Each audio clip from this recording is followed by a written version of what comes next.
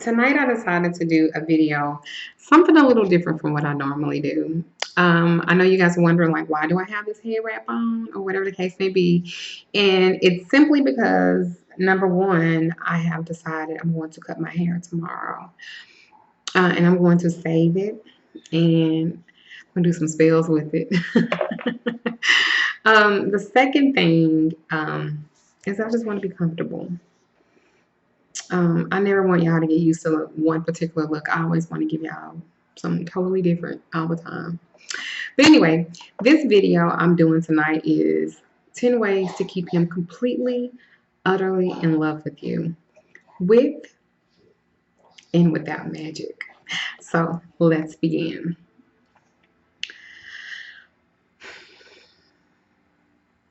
I do a lot of readings, and a lot of times they tell me that they have fallen out of love with their mate, and they want to know how to spice it up, so to speak. And so I decided to let you guys know how I actually, not saying that I do my husband like that, so to speak, but it helps. It helps. Um, it helps. It helps. It helps. It helps. I don't know how to. I don't know how to reiterate that. First and foremost is you have to know your man. Some of y'all been married for 20, 30 years and y'all still don't know who y'all with. Y'all don't. Y'all don't know. Y'all have gotten so bogged up and um, just life has gotten in the way. And it's not that you don't love him, but you got kids, you got so many other things. You have to go to work, you got to pay these bills. And so, not trying to be funny, but the love aspect of the relationship, or the being in love aspect of the relationship, sometimes it's just not there. And so, with that being said, life gets in the way. And maybe at one point y'all was hot and heavy and y'all was just getting it on and, doing all of that good stuff. And now you're not. And so now y'all have come to this break, so to speak, in a relationship. And so I want to help y'all. I even have a spell. I gotta get these glasses fixed because they are just like sliding on my fucking face. Um, I want to help y'all. I want to help y'all establish love and all this good stuff. So I decided to do 10 ways to prevent your man from cheating. Now, if he is cheating, that's a different video I'm going to do on to give you a little spell work on how to rekindle it, how to make it better, um, how to kind of bind him to you, that sort of thing. So let's begin. Number one, be willing to initiate sex. Now, for some people, that is very hard. A lot of people have been molested and hurt and um, a lot of other things. And it's hard for them to engage in sexual activity. It's hard for them to be a seductress. It's hard for them to be sexy. It's hard for them to feel that way. It could be health reasons or whatever. They could be on medication. They have them dried up and, you know, whatever the case may be. But the first thing is be willing to initiate sex. And I want you guys to use sex magic. What I mean by that is sex magic is the clinical definition of sex magic is using that orgasm or that build up to that orgasm to manifest the thought that what you want, and then the build up from that orgasm, and then release it and release those manifestations into that orgasm. Very, very, very good magic to use. Most good witches, most of them are married. They're in a relationship. They are not in a situationship. They don't really do sharing men unless they're in a polyamorous relationship. Um, most good witches are married. There's 2 or 3 of them on YouTube that I follow, and they're married too. So that's what I think. That's just my personal opinion.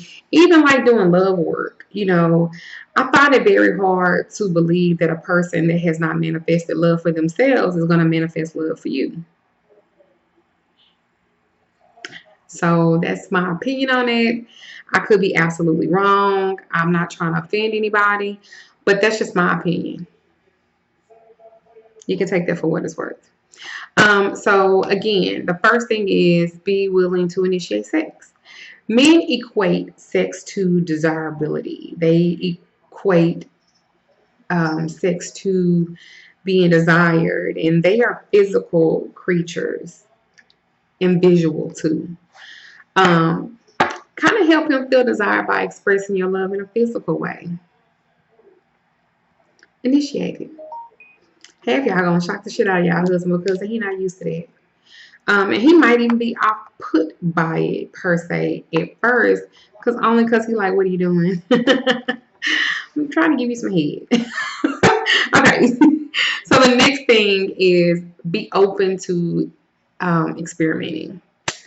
It can be easy to get comfortable and fear the unknown. It can stop you from being open to different sexual experiences. Again, this is where you can do a glamour spell on yourself, a self-love, self-healing spell on yourself to manifest those desires that you're able to put in a physicality to deflect into him. Be open to, I'm not saying that you guys have to go do an orgy or a threesome or something like that. It could be that, I know I did a reading on a lady, and she was telling me that she was having a hard time with her husband. They had lost that spark, and I was like, you should just climb on top of him and ride him. And she was like, honey, I'm 43 years old and I've never done that. And I was like, well, maybe you should. Maybe you ride him like y'all in the Kentucky Derby. He won't be so quick to want to go fuck somebody else that does ride him. Just a thought. See how something as simple as that? Allow your man to try new things with you. If you won't, there'll be someone else who will. I'm not saying to engage in any sexual activity that you find repulsive, but allow yourself to experience new things with the man you love. I'm just saying it. Which leads into number 3. Don't over accommodate. Sometimes in relationships, a woman can become too accommodating. Men get into relationships with a very clear picture of what a lifetime partner looks like. And this is often a stark contrast to whom, he or she kind of dated casually. Women work to become the person their partner wants them to be. And in doing so, we often lose ourselves. I'm not going to say often lose ourselves. We do. I had that lipstick on. We do. We totally lose ourselves. And I hate that with us. I mean, I've done it too in the past. One day their man realizes that this is what he asked for, but he isn't really sure if that's what he wants. So you have to maintain a healthy sense in your relationship. Goes back to, a lot of times they'll tell you, I don't want you, like, good one. My ex-husband used to tell me he didn't like me to color my hair. So I had grew my hair out. I never cut it anymore, and he liked it black. But every woman that he cheated on me with, the bitch had purple hair, pink hair, short. I mean, I was like, okay. I thought you said, but that's what he did. Girl, I'm doing a video. ISIS. The next thing is, now with this husband, I have to be honest, he don't never know who he gonna get when he walk in the door. Like, my hair look like, my stuff is like this now. Tomorrow I have a total different look. And I'm so serious. He don't never know who he gonna get. I change hair colors, hairstyles, lengths, everything. The next thing is, and I know a lot of y'all ain't gonna like me saying this, but stop being so fucking controlling.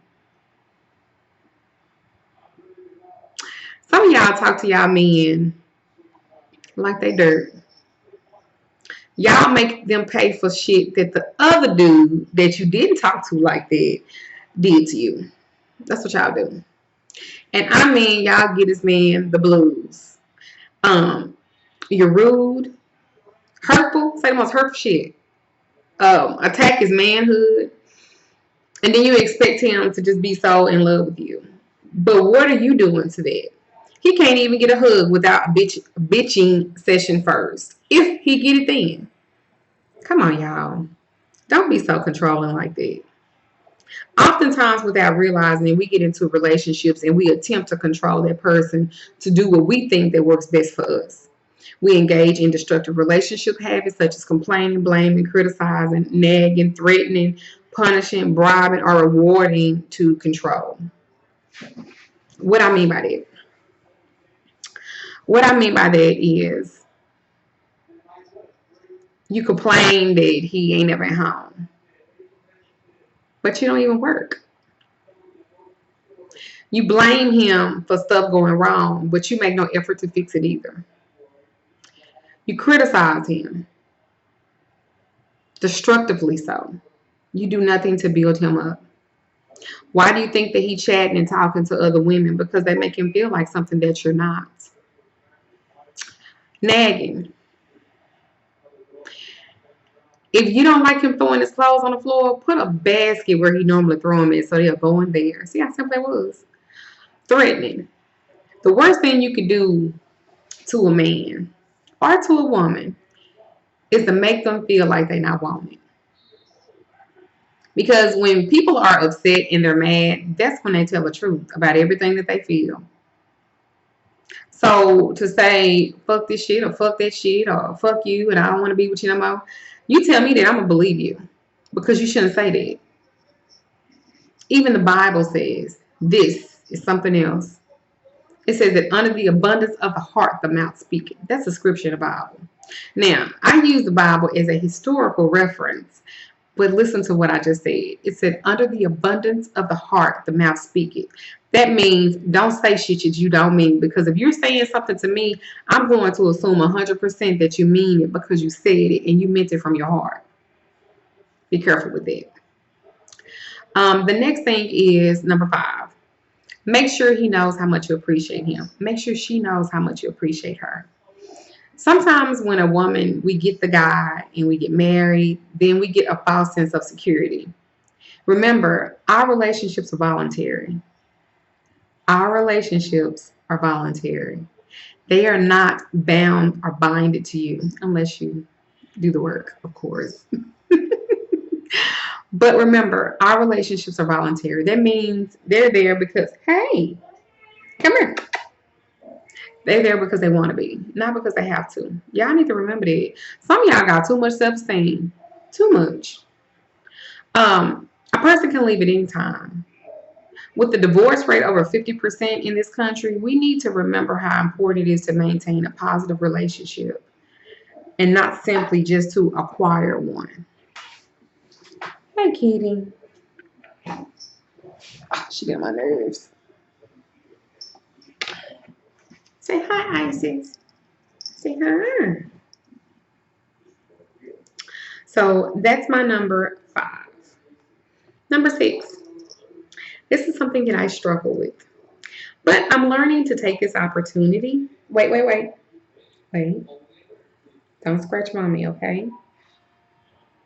Hey, mommy. Don't scratch mommy.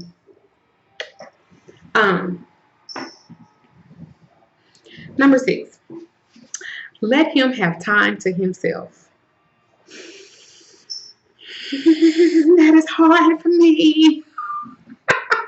That is really hard for me. It's hard for me to do. So I can imagine how hard it is for some of y'all. And my husband is hoodooed and bound to me, honey. Some men cheat because they begin to feel, and women do it too, they feel hemmed up in the relationship. Engaging in an affair can provide them like a sense of freedom, and they lost in a relationship. Allow your man time to be himself without you. Don't try to monopolize all your guys' time or your females' time. Be open to time apart. for him to spend time with his friends and pursue hobbies, etc. So he does not feel that he has no freedom. Um, Number 7, be aware of your emotions. Some of y'all antagonize people. Y'all like shit starters. You know a person's weakness. Some of y'all are very cunning witches. Y'all know a person's weakness and you beat the shit out of it. Like, whether or not that we're aware of it, women are masters at using their emotions to communicate values without speaking any words. We communicate with anger, rage, sadness, disappointment that it's received by our partners. Instead of taking the time as a cue to do something different, some men begin to look to another partner who idolizes them the way that they used to. Don't forget, your man wants to know that he lights you up, not that he constantly disappoints you. And I know that could go with, bills, money, shit going on. Um, you working, he working, you know what I'm saying? You tired as fuck, he tired. But be aware of your emotions, because at the end of the day, y'all in it together. Maybe y'all need to do some prosperity work together to bring you together. Maybe you need to do some prosperity work for him, or maybe she need to do some prosperity work for you to kind of channel those emotions in. Maybe some self-love to channel those emotions. Um, the next thing is prioritize your relationship. Often when a man cheats, you'll find the woman is also having an affair. It's just not sexual. It's more socially appropriate. This affair takes the form of prioritizing something, anything over the relationship. This could be a job, children, a sick relative, a charity, or anything that puts her man at a lower totem pole than the first position. Prioritize your relationship over everything else. This is the relationship you want to last all your life. Other things will fade away, and the relationship will still be there to tend to if you do it carefully. Let me say this. Some of y'all have kids. If y'all have a good man, y'all have a good woman. Now, this is not for that person that's cheating and doing the fool. It ain't nothing you can do to make him happy. I'm not talking about them. I'm talking about a good man. I'm talking about a provider. I'm talking about a father. He's supposed to be first, even before your kids, because when they leave, he's the one that's going to be there with you. Some people don't believe in it, and that's fine. I'm just giving you the game that my mother gave me. At the end of the day, a lot of y'all are single because y'all put y'all kids before y'all man. Now, I'm not saying you're supposed to neglect your children, but I'm just saying when you done cooked, the first plate you're supposed to fix is your husband's, not your child's. Just saying, don't kill a messenger. Just trying to give y'all a little game. Number 9, learn his love language. If you're not familiar with Dr. Gary Chapman's book, The 5 Love Languages, that is a good book, and read it. It has the potential to save more marriages than marriage counseling ever has, I'm sure. Learn your man's love language and speak it to him regularly. He will know he is loved and remain true to you too. My thing is, I am an audio person. I'm not so much as what you do for me than what you say. Meaning you don't have to do shit for me, but you keep telling me you love me, I'm gonna believe it. Well, the great thing is my husband's the same way. My husband is not a materialistic person. My husband is more about what you tell him, how affectionate you are. So we speak the same language. So that can help you tremendously. It can help you tremendously. Number 10, find his relationship pattern. I hope y'all taking notes. I do not know how to combat the biology argument. Some men simply believe it is hardwired into their genes to have sexual relations with as many women as they can. If this is your man, it probably won't matter what you do. Try to recognize these men early on by asking about their dating history. Funny story I'm going to add into this because I'm making this video longer than I wanted it to be. I remember when I was dating my ex-husband, and I use him as a reference point because he was like the meanest fucker I have ever met in my life. This man, I don't know where he spun from. He told me at one time that he managed to date 7 women at one time. He was having sex with all 7 of them. And he had them on rotation. And then he said something at the end of it. I never forget. This was over 10 years ago. He said It takes a certain bit of insanity to do something like this. No shit. I should have ran. If this is a pattern that's with your man, he probably isn't likely to change just because you love him best. Your best defense against his problem is to be discriminating at the onset, meaning I should have put my values down before, and I didn't do that because I didn't want to lose him in the beginning. Let me tell you something. I'm not saying that this is going to work 100% all the time because everything is situational, even in Magick. Everything is situational. But I will say this is my 10 ways to keep him completely and utterly in love with you. Keywords, in love with you, meaning he has to already be there. Remember I said 10 ways to keep him? This is Magical Lady Duchess, and this is just one of my videos that I'm going to do on like relationships and stuff like that. Blessed be. I love you. You can find me on my website that is listed below. Also, my email address if you're looking for readings or anything like that. The email address is below. And also my Infinite Energy page. You're also welcome to join that. I will say that I'm very selective, but you know, you can join it. So this is my video on that, and I look forward to speaking to you guys again, and blessed be to you all. Bye.